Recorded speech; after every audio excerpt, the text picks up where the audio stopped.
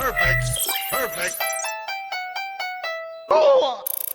The year is 2013. After wrapping up the DLC for their acclaimed and financially lucrative Mortal Kombat reboot, known colloquially as Mortal Kombat 9, NetherRealm Studios sought to shake up the formula a bit and release the first entry in a new fighting game series, Injustice: Gods Among Us. The game was the first proper DC superhero fighting game on the market. Well, that is if you don't factor in the fever dream of a title that Mortal Kombat vs. DC Superheroes was.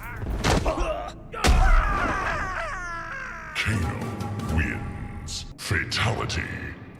Now, while Injustice: Gods Among Us was released to high praise and strong sales figures, there were two particular parts of the world that, for a brief moment, didn't get to experience the game in all of its glory: the United Arab Emirates and Kuwait. Why, you may ask? Well, to this day, the answer remains a bit up in the air, but many had speculated that the decision was predicated on the game's subtle risque content, the light yet relatively noticeable bloodshed, and the, let's say, more revealing aspects of the female superheroes' costumes. But ultimately, the answer was allegedly in plain sight the whole time. See, in these particular regions, Injustice: Gods Among Us was renamed to either exclude or replace the word gods in the title. Why? Because the word gods is viewed as highly taboo in certain contexts, largely due to how it contradicts Islamic beliefs of monotheism. Yes, that's right, all it took was the plurality of the word gods to get this game eradicated from store shelves. Thankfully, this decision would be altered, and Injustice: Gods Among Us would eventually make it to the regions without any subsequent issues. This is what I'm talking about today: games that were banned for absurd, baffling, or just flat-out unorthodox reasons. Enjoy!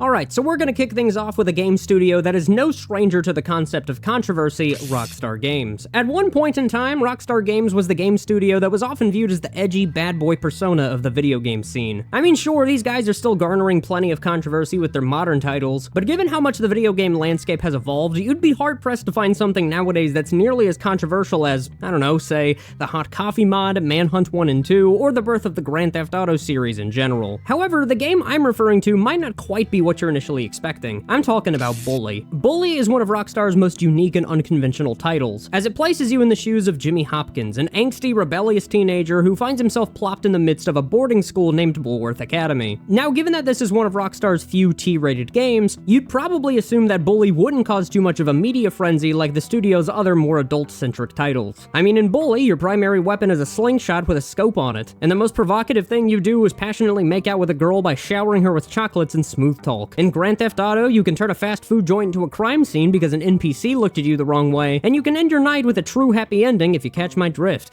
The only catch is that you have a moderate likelihood of contracting syphilis. Despite the game's more lighthearted tone, considerably toned down violence, and general lack of explicit content, Bully was still the subject of controversy for a litany of reasons. Firstly, there were plenty of disgruntled politicians, news outlets, and general detractors that were more than familiar with this logo. See, for us gamers, this logo is indicative of quality, but for them, it was akin to leaving a gift basket full of bacon on a Buddhist's doorstep. Anything that had Rockstar's logo on it was bound to be heavily scrutinized, and considering that Bully released roughly a year after San Andreas' infamous hot coffee debacle, the media was laser-focused on Rockstar and all of its projects. And secondly, the title of the game itself was enough to conjure up heaps of backlash and criticism. Right out of the gate, Bully was erroneously labeled as a game that promoted bullying, glorified violence, and corrupted the youth. There were a couple of attempts to outright ban Bully from hitting store shelves, including one of the most well-known incidents involving a now disbarred lawyer from Florida named Jack Thompson. This was a guy who had such an unwavering hate boner for violent video games that I wouldn't be surprised if he had to think of Grand Theft Auto every time he wanted to please his wife, or see anything in his trousers bigger than half an inch. In essence, Thompson believed that Bully was a public nuisance, a game so revolting that he went so far as to say that it was essentially a Columbine simulator, and lobbied for the game to be banned from being sold in the state of Florida. The funniest part about this story is that Thompson actually demanded that a pre-release copy of the game be given to him and the federal judge in order to gauge whether or not the game was able to be sold. You want to know the best part about all of this? Once the federal judge played the game, he actually ruled in favor of Rockstar Games because he didn't find anything remotely egregious about it. Then there's the situation with the United Kingdom. This game wasn't allowed to be named Bully in the UK, so for some reason they chose to rename it Canis Canem Edit, which roughly translates to dog eat dog, but sounds more akin to something a priest would utter before conducting an exorcism. However, there was one country that was actually successful at banning the game, that of course being Brazil. I'll delve a little bit more into Brazil's history of banning games later in the video, but for now, I'll tell you this.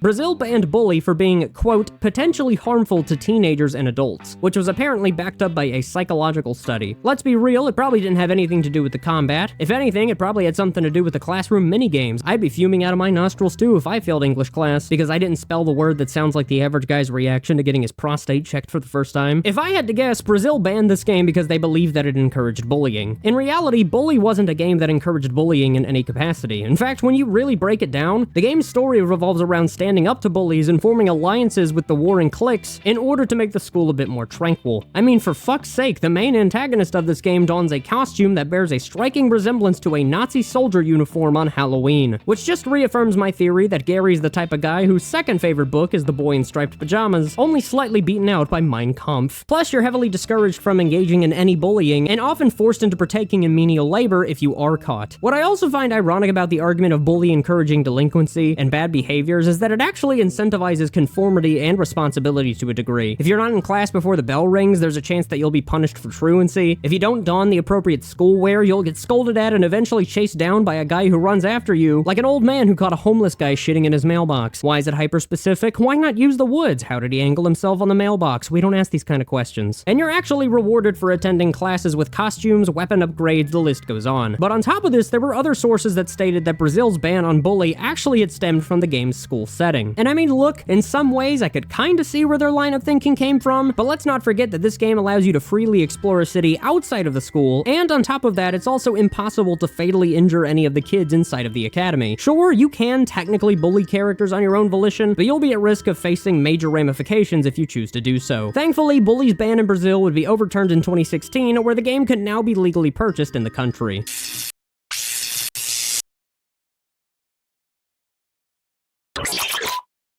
Oh man, Electronic Arts. They're one of the most iconic and simultaneously reviled video game companies out there. It's not really hard to see why, given their history of abandoning franchises, releasing sloppy, unfinished products, and Thanos snapping any game studio in their belt out of existence if their title hits anything below 10 million sales figures. Oh, and don't get me started on how they tried to justify excessive microtransactions. However, their numerous controversies weren't confined to their questionable business practices. No, EA has actually had quite the track record when it comes to controversial titles. For example, Dante's Inferno, a God of War-inspired hack-and-slash title that serves as a video game adaptation of the Divine Comedy, faced backlash after it was revealed that there was an achievement called Bad Nanny, which isn't acquired during the Lust segment of the game, fortunately or unfortunately, depending on how you look at it, but instead given to the player after killing enemies that are made to represent unbaptized infants. Holy shit. But it wasn't controversial because of the fact they were essentially killing demonic infants. Oh no, it's because the International Nanny Association, which I just found out is a real thing, said that the achievement is offensive to nannies and promotes real-world violence. No, that's not a joke. And then there's Dead Space, one of my favorite horror games of all time. It was banned for its grisly violence, but me, personally, I don't see an issue with it. It was kind of educational if you look at it through the right lens. I mean, it taught me the core fundamentals of human anatomy, regardless of whether I wanted to or not.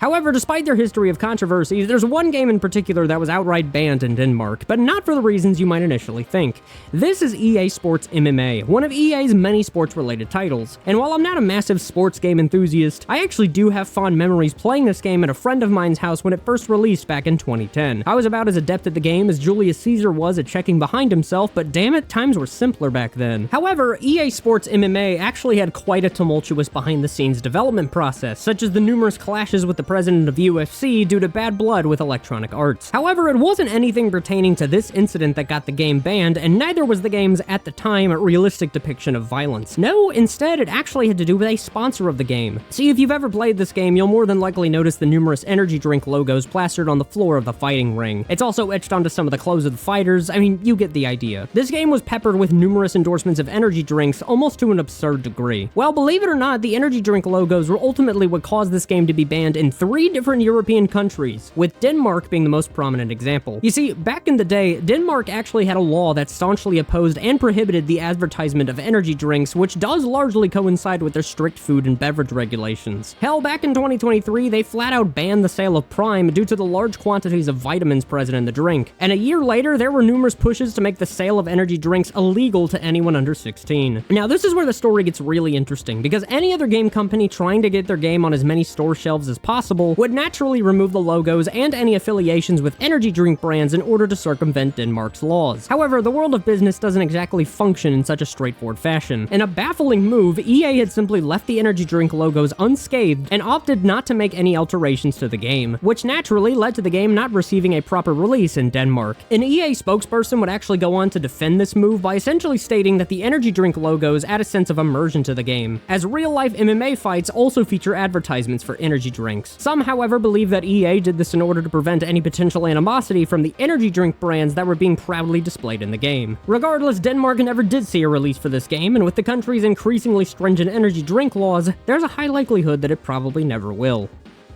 Alright guys, you know what time it is? It's time for the community entry!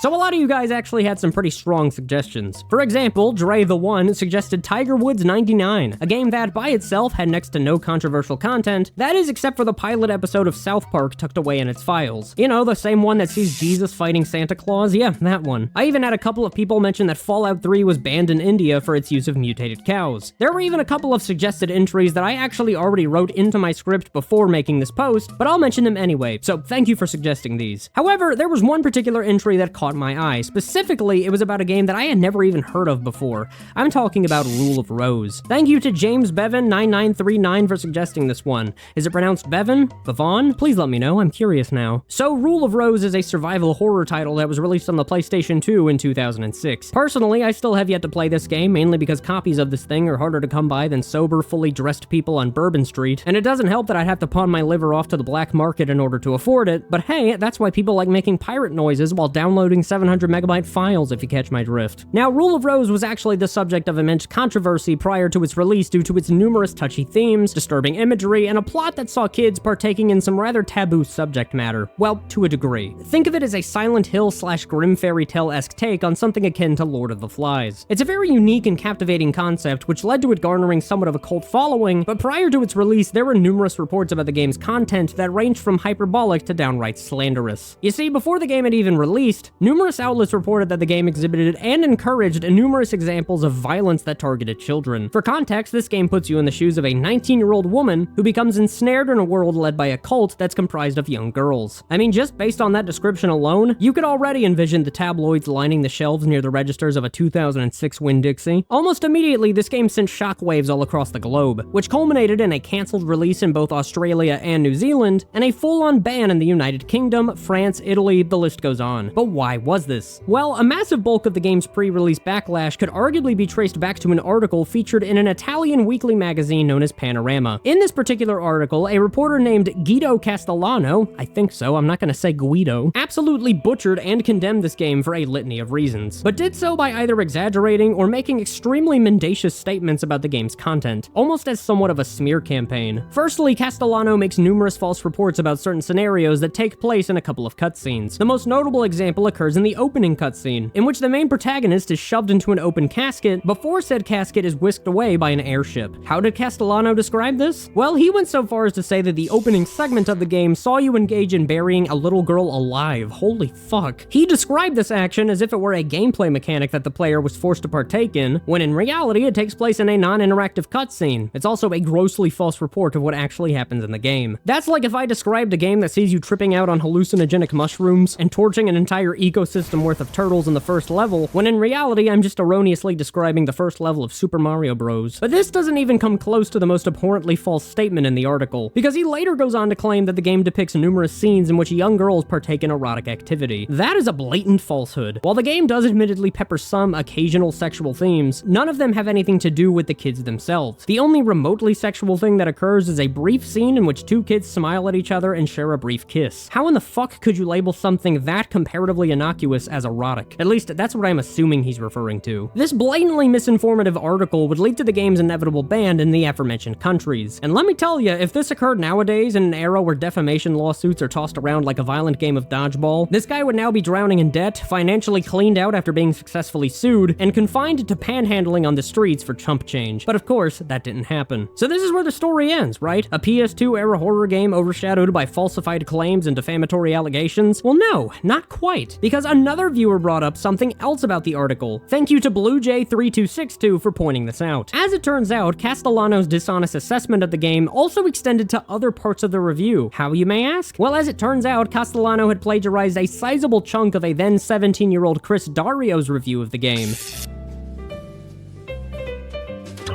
Chris's review was released roughly 8 months before Castellano's report, and to say that there were some similarities would be quite the understatement. Thankfully, Chris would grow from this particular incident as he would go on to create his own horror series. But in a more recent interview, he stated that if he were an adult when his review was plagiarized, he would have absolutely called a lawyer to lay the legal smackdown on this guy. To this day, Rule of Rose still lives in infamy as one of gaming's most controversial titles, largely due to some truly destructive and misleading statements about its content. And to this day, the studio behind the title has yet to release another game. Here's hoping that Rule of Rose will eventually be redeemed in some fashion, and here's also hoping that Guido Castellano never writes an article about a video game ever again.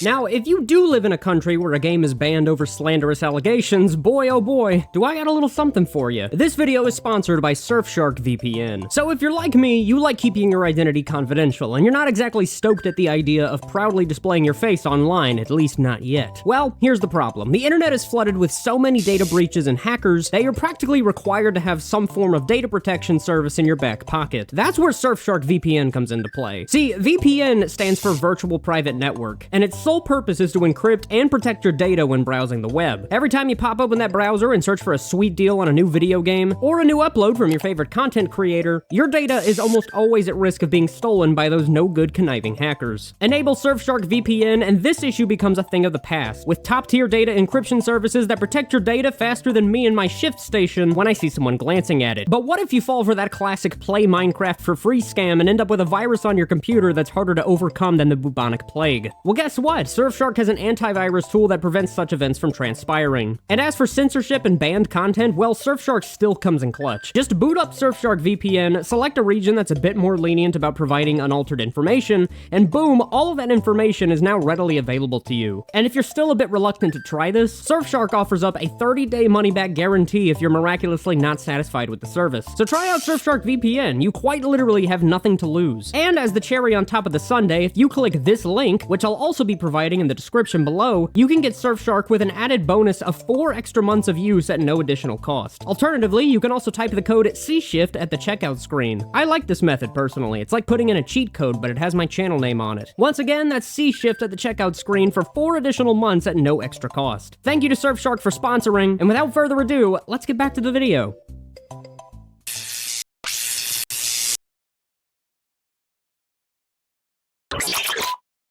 Alright, so let me begin this segment by asking you guys the million-dollar question. Why in the fresh hell does Australia have such extreme restrictions on video games? For many years, a shocking amount of titles have been banned in Australia specifically, with reasoning ranging from understandable to flat-out absurd. And that's not even mentioning the contradictions. For example, Left 4 Dead 2 was temporarily banned because of, quote, high-impact bloody violence, a line of reasoning that's about as vague as you could imagine. This included a slew of other titles, such as Mortal Kombat 9, House of the Dead Overkill, and even 50 Cent Bulletproof. Yes, that's an actual game. But then you look at Fallout 3, a game that they also banned. You would think that it would be due to the extremely grim and dark depictions of a post-apocalyptic setting, or the gruesome combat, right? Well, no, all of that is A-okay, but drug use? I don't think so. That's a bit too provocative in a game that also contains human slavery and abilities that allow you to become Hannibal Lecter's next protege, minus the hissing. But for me, one of the most perplexing video game bans has to come in the form of Grand Theft Auto 3. See, if you ask anybody what some of the most influential and groundbreaking video games of all time might be, chances are you're gonna hear Grand Theft Auto 3 pop into discussion. For good reason, mind you. This game laid the foundation for what we now know as the open world genre of games, and without it, I'd argue that gaming just wouldn't exist in the same fashion that it does today. That being said, this unrestricted level of freedom was precisely what made it so controversial in the first place. You see this car? Steal it, go ahead. See this dickhead talking down to you because you bumped into him? Well, you can handle it like civilized people and talk it out. Just kidding, you can pull out the shotgun you've been holstering in your rectal cavity and have this guy shaking hands with God in 3 seconds flat, unless he's an atheist. So with that in mind, you can naturally predict that Australia was taking no chances with this game. The violence, the sexual content, the drug use. This game was rife with content that Australia could have used to ban it from store shelves. However, none of those aspects would be the straw that broke the camel's back, at least in isolation. Instead, Australia banned Grand Theft Auto 3 for a slightly more specific reason. In Grand Theft Auto 3, you may stumble across a few ladies of the night, so to speak. They're here to give you a good time for a long time, and by a long time, I I mean roughly 2 to 5 minutes depending on whether or not you can fork up the extra cash or if you can last longer than 30 seconds. Don't ask me for advice on that last part, my record's about 12.5 seconds. Thankfully, my girlfriend likes me for my personality. Now, the act of engaging in coitus with a street worker was already an eyebrow-raising topic, but believe it or not, it wasn't this act alone that got this game banned from Australia.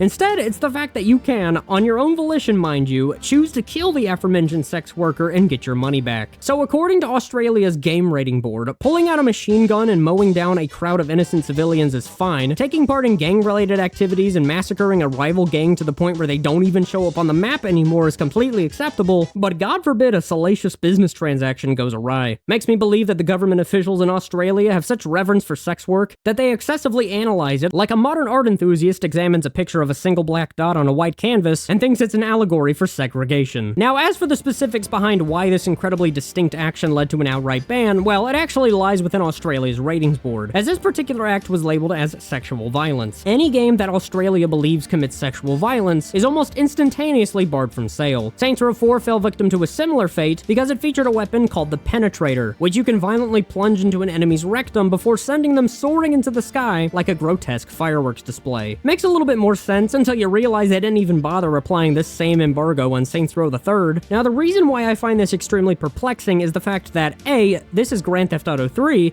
and B, this is an entirely optional gameplay mechanic that I would wager a sizable chunk of the game's player base probably didn't even know existed. If this game had a mission where you were forced into committing a heinous act like this, maybe I could understand, but that just simply wasn't the case. But also, why this specifically? Mass murder's okay, peddling drugs is completely fine, but this is where the line gets crossed? Eventually, GTA 3 was released in Australia with one stipulation, that being that the prostitutes had to go. And so Rockstar complied by coding the ability to pick up and exchange pleasantries with ladies of the night out of the game. To this day, however, the Grand Theft Auto series continues to be censored or outright banned in Australia, as well as other parts of the world. So by the time GTA 6 comes out, who knows what's going to serve as the catalyst for that game's prospective ban.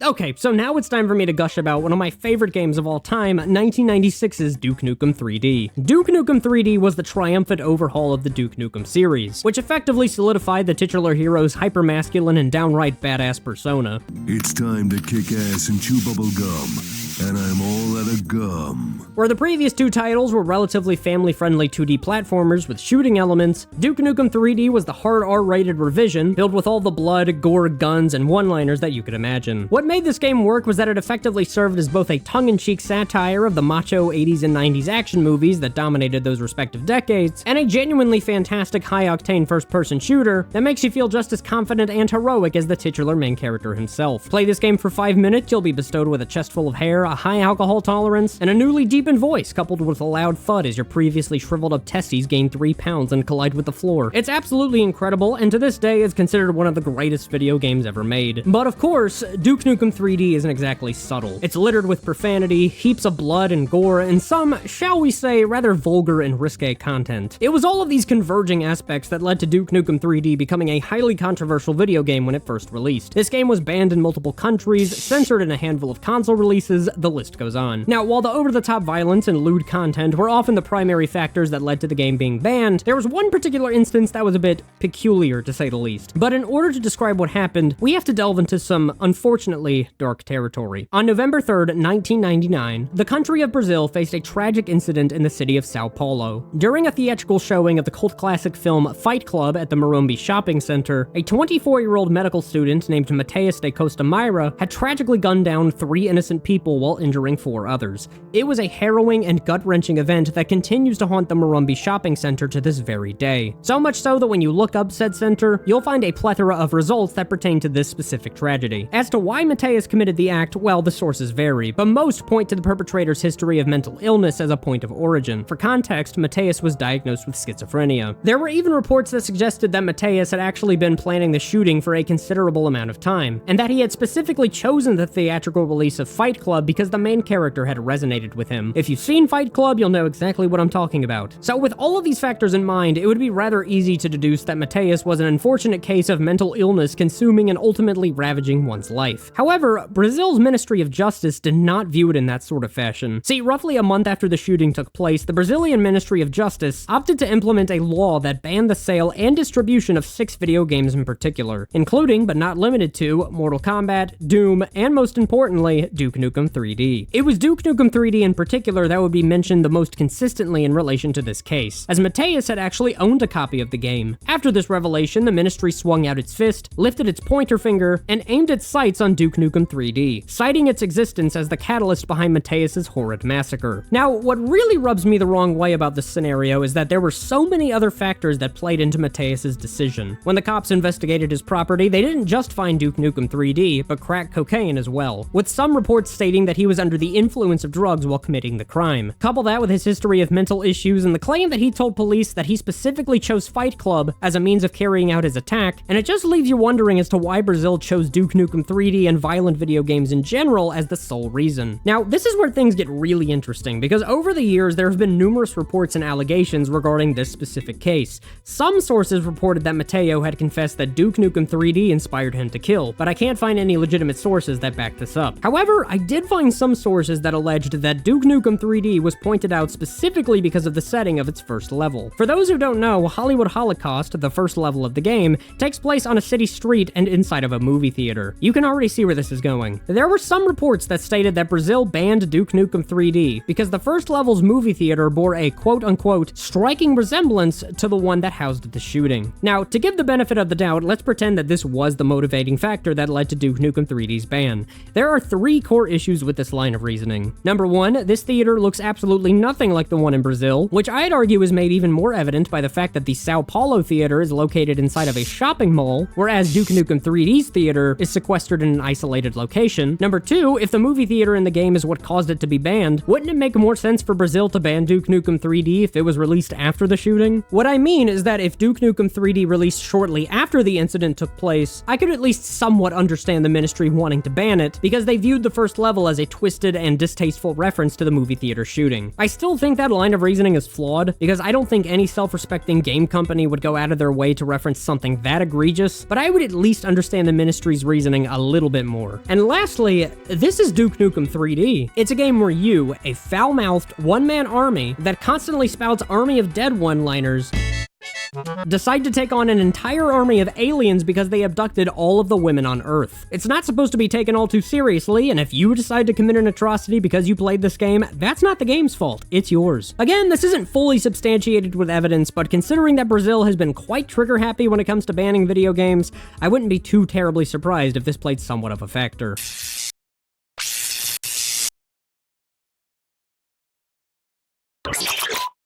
And for the last entry, we're looking at one of the most surprising examples on the list, Crash Bandicoot 2: Cortex Strikes Back. So I bet you're probably asking yourself, how in the hell could something as goofy and innocuous as Crash Bandicoot become banned? Well, aside from the fact that he acts like he took one too many trips to the powder room, and has an odd propensity to thrust in the air while making the same face that I do when I'm about to let it rip, not much else really. Actually, that was a lie, because when the original version of Crash Bandicoot 2 released on the PlayStation 1, it was almost banned due to some less than fortunate timing and some coincidences that, if you ask me, were a bit of a stretch. So Crash over here is like the video game equivalent of Play-Doh. You can squish him, tear him, incinerate him, it doesn't matter. Whatever you do to him, he'll always be ready for round 2. The series has always had some of the most absurdly brutal yet humorous death animations in video game history. This is Crash getting trampled by a boulder, this is Crash getting electrocuted, and this is Crash while he's solving a complex math equation. Because damn it, he's great at counting the amount of Wumpa fruits he has in his pocket, but God forbid you make him speak a coherent sentence. Thankfully, I can translate. Crash, you can't say that at the airport. However, these Looney Tunes-esque death animations would almost lead to the titular marsupial's second outing becoming outright banned in Japan. In the level Snow Go, there's a particular section that sees you dashing past these thick wooden crushing traps that'll leave Crash flattened like a pancake if he's not careful enough. More specifically, Crash's torso will become crushed to such a degree that his head and feet are the only body parts that remain visible to the player. Now, if I were describing a scene out of the Texas Chainsaw Massacre, this would be quite the grisly sight. But thankfully, this takes place in a game where the main character character speaks almost exclusively in onomatopoeia, so it's okay to laugh at his misfortune. Now, why do I bring up this specific animation? Well, when the game was released in Japan, this particular animation nearly caused it to be banned. As to why, well, we have to go back to the year 1997, where a school in Japan became the setting of an unfortunate event known as the Kobe child murders. Now, personally, I don't really want to delve into this one too extensively like the last entry, because it's somehow even more revolting and gruesome. And between you and me, describing it even a little bit will probably get me demonetized. Regardless, it was still a tragedy that resulted in the death of 2 children and sent shockwaves across Japan. Now, why do I bring this up? Well, it's because Crash Bandicoot 2 was either banned, censored, or both banned and censored in Japan, because the death animation where Crash gets squashed had apparently resembled one of the victims of the aforementioned murders. That's right, this game had to be altered because of this one particular death animation. Now, this is where things get a bit tricky, because when I researched this topic, I found a plethora of contradicting facts about Crash Bandicoot 2 getting banned or censored in Japan. I had some sources state that the game was initially banned before eventually making it to Japanese store shelves after a handful of revisions were made, including the altered death animation. I had others state that the game was never actually banned or censored by Japan themselves, but instead preemptively altered by Naughty Dog because of the recency of the crime. And then I had some claims that simply stated that the game was censored because Japan themselves thought that the animation was hitting a bit too close to home. Regardless, what is known is that Crash Bandicoot 2 was in fact censored due to what someone deemed a similarity between this death animation and a real-life murder. And I have to say, are you serious? You mean to tell me that this bore even a modicum of similarity to a real-life murder that took place? That's like if Donkey Kong 64 was banned in the US, because standing on this ledge and shooting this unsuspecting beaver with a coconut gun bore too striking of a resemblance to the assassination of JFK. What I find even more interesting is that Crash Bandicoot himself has had quite the history of alterations and censorship in Japan, most notably in the form of the Japanese box art, which intentionally made him look less aggressive and more cordial. Fun fact, this continued all the way until Crash Bandicoot 4 It's About Time was released, where Japan finally left the original box art of a Crash Bandicoot game untouched. Regardless, by the time the Crash Bandicoot Insane Trilogy was released, the animation was surprisingly left unaltered, meaning that Japanese players can now experience this hyper-specific death animation in all of its slapstick glory. Now, if you'll excuse me, I'm gonna get back to playing some Crash Bandicoot. And oh, would you look at that, it's everyone's favorite marsupial mafia member, Pinstripe Potteroo. How's it going? Oh my god, that's just like the St. Valentine's Day massacre. I'm gonna bring this up to my local governor.